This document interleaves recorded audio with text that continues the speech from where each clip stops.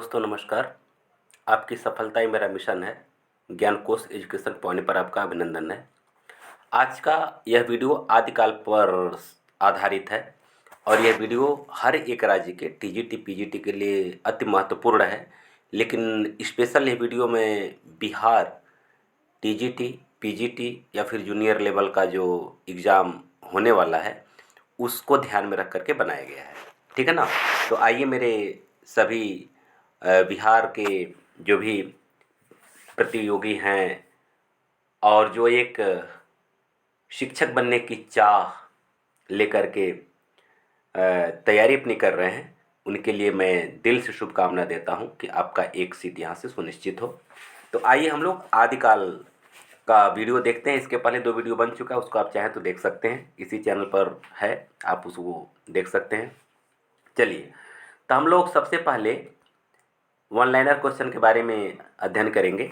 देखिए, सर्वप्रथम किसने उत्तर अपभ्रंश को पुरानी हिंदी कहा है? उत्तर अपभ्रंश को सर्वप्रथम किसने पुरानी हिंदी कहा है?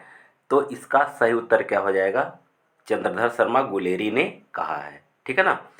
अगला, हिंदी के आरंभिक रूप को अवहट्ट किसने कहा है? हिंदी के आरंभिक रूप को अवहट्ट किसने कहा है?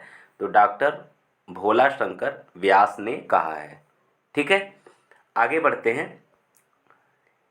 इस प्रकार 10वीं से 14वीं शताब्दी काल, जिसे हिंदी का आदिकाल कहते हैं, भाषा की दृष्टि से अपभ्रंश का ही बढ़ाव है। कथन किसका है? इस प्रकार 10वीं से 14वीं शताब्दी काल या शताब्दी का काल, जिसे हिंदी का आदिकाल कहते हैं, भाषा की दृष्टि से अपभ्रंश का ही बढ़ाव है। यह कथन किसका है? तो हजारी प्रसाद द्विवेदी का है। ठीक है ना। कथन भी पूछा जाता है, इसलिए कथन पर आपको विशेष रूप से फोकस करना पड़ेगा। ठीक है, आगे बढ़ते हैं।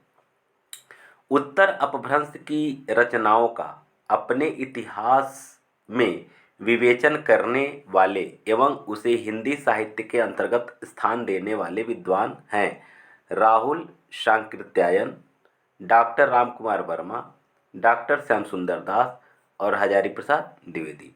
कहने मतलब यह है कि उत्तर अपभ्रंश की रचनाओं को अपने इतिहास में विवेचन करने वाले एवं उसे हिंदी साहित्य में के अंतर्गत स्थान देने वाले, मतलब काफ़ी विद्वान अपभ्रंश को हिंदी साहित्य में स्थान नहीं दिए हैं, लेकिन उत्तर अपभ्रंश की रचना को जो स्थान दिए हैं हिंदी साहित्य में, वो कौन कौन से विद्वान हैं? वही हैं राहुल सांकृत्यायन है, डॉक्टर रामकुमार वर्मा है, श्याम सुंदर दास जी हैं और हजारी प्रसाद द्विवेदी जी हैं। उत्तर अपभ्रंश है मतलब क्या है? तो वही आरंभिक हिंदी जो है उत्तर अपभ्रंश कहलाता है।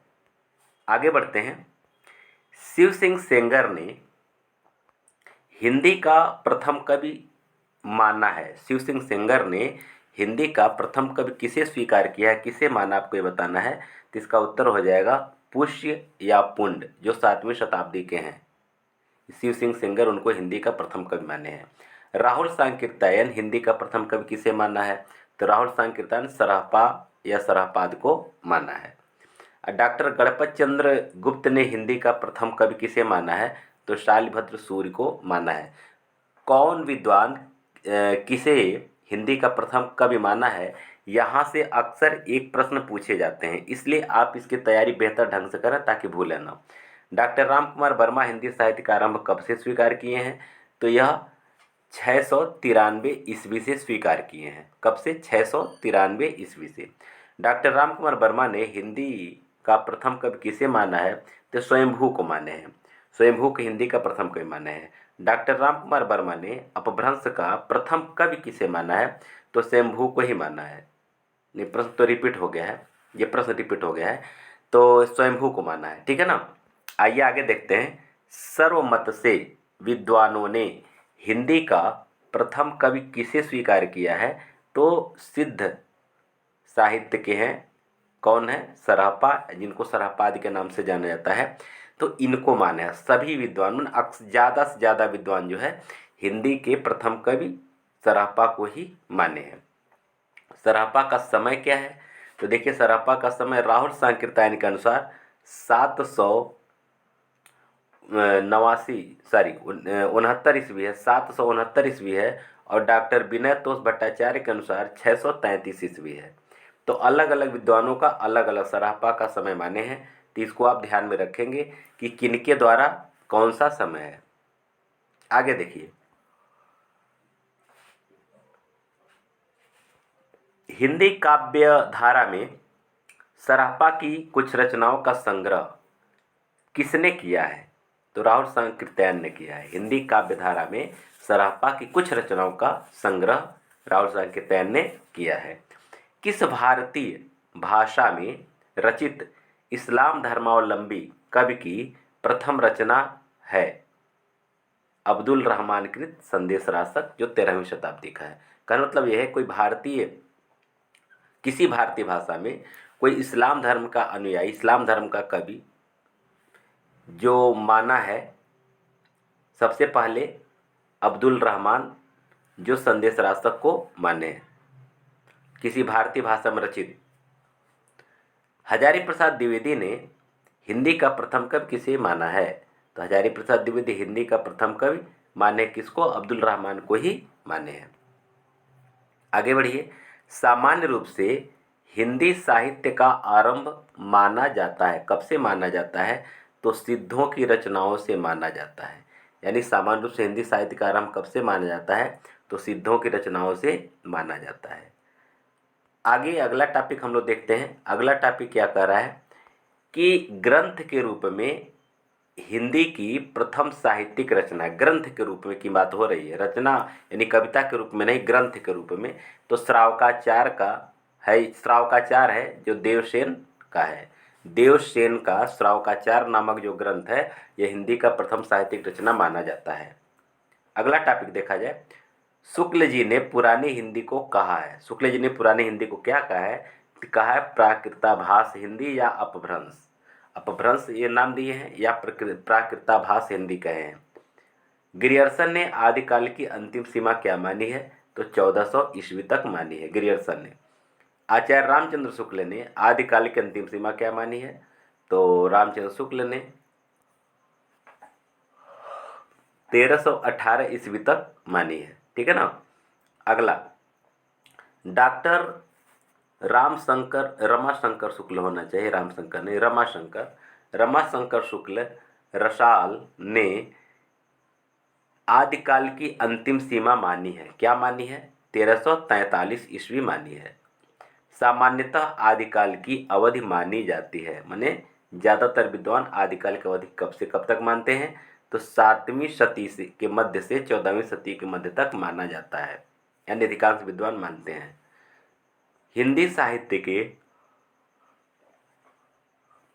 आदिकाल का समय महाराज भोज के समय से हमीर देव के समय तक किसने माना है? तो आचार्य शुक्ल यानी कि आचार्य रामचंद्र शुक्ल ने माना है कि हिंदी साहित्य का आदिकाल जो है महाराज भोज के समय से लेकर के हमीर देव के समय तक माना जा सकता है। आगे, आचार्य शुक्ल ने हिंदी साहित्य का आविर्भाव किससे माना है? तो किससे माना है? प्राकृत की अंतिम अपभ्रंश अवस्था से माना है। अगला टॉपिक, किस इतिहासकार ने अपने इतिहास में अपभ्रंश साहित्य को हिंदी साहित्य से अलग मानकर उसे पूर्व पीठिका के रूप में प्रस्तुत किया है? तो यह भी आचार्य रामचंद्र शुक्ल ही हैं। आगे, शुक्ल जी ने जिन 12 ग्रंथों के आधार पर आदिकाल का नामकरण वीरगाथा काल किया था, वे हैं। कहने का तात्पर्य है कि आचार्य रामचंद्र शुक्ल 12 ऐसे ग्रंथ हैं जिसके आधार पर इन्होंने आदिकाल का नामकरण वीरगाथा काल के रूप में किया था। ठीक है ना। तो कौन कौन है? देखिए, अपभ्रंश में जो रचना है वह कौन कौन है? विजयपाल रासो, हमीर रासो, कीर्तिलता और कीर्तिपताका, ये अपभ्रंश भाषा में हैं। देश भाषा में कौन कौन सी रचनाएं हैं? अब इसको देख लिया जाए। तो देश भाषा में है कुमार रासो, विशल देव रासो, जयचंद्र प्रकाश, जय मयंक जस चंद्रिका, पृथ्वीराज रासो, परमाल रासो, खुसरो की पहेलियाँ और विद्यापति की पदावली। आगे देखिए, जो इंदु नामक कवि की 6वीं शती की परमात्म प्रकाश तथा योगसार नामक रचनाओं से संबंधित रचनाओं से अपभ्रंश में दोहा काव्य का आरंभ होता है। कहने मतलब एक दोहा काव्य का आरंभ कब से माना जाता है, कब से होता है? तो जो इंदु नामक कवि रहे हैं 6वीं शताब्दी में, जो परमात्म प्रकाश तथा योगसार की रचना किए, और यह किसमें किए? दोहा में। यह किसमें किए? दोहा में किए। अब्दुल रहमान कृत संदेश रासक एक खंड काव्य है जिसे विक्रमपुर की वियोगिनी के विरह की कथा है। अब्दुल रहमान का जो संदेश रासक है यह एक खंड काव्य है और इसमें विक्रमपुर की विरहिणी का वियोग गाथा है। आचार्य शुक्ल ने अपने इतिहास ग्रंथ में सिद्धों, जैनों एवं नाथों की रचनाओं किसके अंतर्गत रखा, रचनाओं को किसके अंतर्गत रखा, कोई यहाँ छूट गया है। रचनाओं को किसके अंतर्गत रखा है? तो अपभ्रंश काव्य के अंतर्गत रखा है। अगला टॉपिक देखिए। आचार्य शुक्ल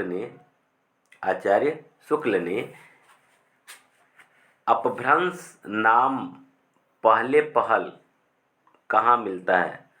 आचार्य शुक्ल के अनुसार अपभ्रंश नाम पहले पहल कहाँ मिलता है? तो बल्लभी के राजा थे जिनका नाम धारसेन द्वितीय था, उन्हीं के शिलालेख में अपभ्रंश का नाम पहले पहल मिलता है। प्राकृत प्रकाश ग्रंथ के रचयिता कौन है? तो प्राकृत प्रकाश के रचयिता है बररुच। ये कथन देखिए, देशीय बैना सबजन मिठा ते तैसन जम्पौ अवहट्टा। पंक्ति किसकी है? तो यह पंक्ति है विद्यापति की। अगला वो कथन देखिए, बालचंद बिज्जावहु भाषा दुहनहि लग गई दुर्जन हासा। बालचंद बिज्जावहु भाषा दुहनहि लग गई दुर्जन हासा, यह पंक्ति किसकी है? तो विद्यापति की है। आगे देखिए, आचार्य शुक्ल ने माने आचार्य रामचंद्र शुक्ल ने आदिकाल के अंतर्गत देश भाषा शब्द किसके लिए प्रयुक्त किया है? आदिकाल के अंतर्गत देश भाषा, तो बोलचाल की भाषा के लिए देश भाषा का प्रयोग किया है। आदि पुराण और उत्तम पुराण किसकी रचना है? तो ये पुष्पदंत की रचना है। किस सिद्ध कवि का एक और नाम सरोज वज्र भी है? यह सरापा का है। दोस्तों, आपको मैं सिस्टमेटिक ढंग से जो आपके कोर्स के अनुसार है, टीजीटी, पीजीटी या फिर जूनियर लेवल का जो हिंदी से संबंधित आप परीक्षा कर देंगे, तो इसमें हर एक सेक्शन से, यानी कि नामकरण से, हिंदी साहित्य के इतिहास लेखन से, या फिर आदिकाल के अंतर्गत कई अनुभाग हैं, जैसे अपभ्रंश काल है, सिद्ध काल है, नाथ साहित्य है, सिद्ध साहित्य है, अपभ्रंश साहित्य है, फागु साहित्य है। तो इस तरह से हर एक टॉपिक पर हम आपको प्रश्न बना करके, इसी तरह से ऑनलाइनर क्वेश्चन बना करके आपको देंगे, जिससे आपकी पुख्ता तैयारी हो सके और कहीं से आपको ज़्यादा दिक्कत का सामना न करना पड़े। इसलिए अगर आप मेरे चैनल पर नए हैं तो इसको सब्सक्राइब कर लीजिए, ताकि कंटिन्यू आपको 1 महीने के अंदर सारा कोर्स हम कंप्लीट कराने का कोशिश करेंगे। ठीक है, तो आप मेरे साथ बने रहिए। आगे देखिए, सरोज वज्र, राहुल भद्र आदि किस सिद्ध कवि के अन्य नाम है? तो सरापा के हैं। सरोज पादवीन को कहा जाता है, सरोज वज्र भी कहा जाता है, राहुल भद्र भी कहा जाता है और सरापाद भी कहा जाता है। आगे देखिए, भरत मुनि ने लोक भाषा को अपभ्रंश नाम न देकर क्या कहा है? तो देश भाषा का है। भरत मुनि लोक भाषा को अपभ्रंश नाम नहीं दिया है, बल्कि उसको क्या कहा है? देश भाषा कहा है। तो दोस्तों, इसी तरह से एक और वीडियो मैं आपके आदिकाल पर लाऊंगा, जिससे आपका आदिकाल लगभग कंप्लीट हो जाएगा। क्योंकि पढ़ना तो बहुत कुछ है और विस्तार से पढ़ेंगे तो बहुत कुछ है, लेकिन अब समय को ध्यान में रखते हुए आपको केवल टू दी पॉइंट चीज़ों पर ज़्यादा फोकस करना पड़ेगा, कि बहुत ज़्यादा पोथा पढ़ने से कोई बहुत लाभ होने वाला नहीं है। लाभ का मतलब अगर कहीं डीपली क्वेश्चन पूछ दिया तब तो मतलब उसकी ज़रूरत है, लेकिन अगर नहीं पूछा और 1 महीना के अंदर आपको सब कुछ तैयारी करना है तो आपको ये मतलब जो उसमें से छाँट-छाँट कर जो गूढ़ प्रश्न बनाए गए हैं उसको आपको पढ़ना पड़ेगा, जैसा कि मैं यहाँ आपके साथ ये इसी तरह से कार्य कर रहा हूँ। ठीक है ना? फिर हम लोग मिलते हैं अगले वीडियो में। आप सबको बहुत बहुत धन्यवाद।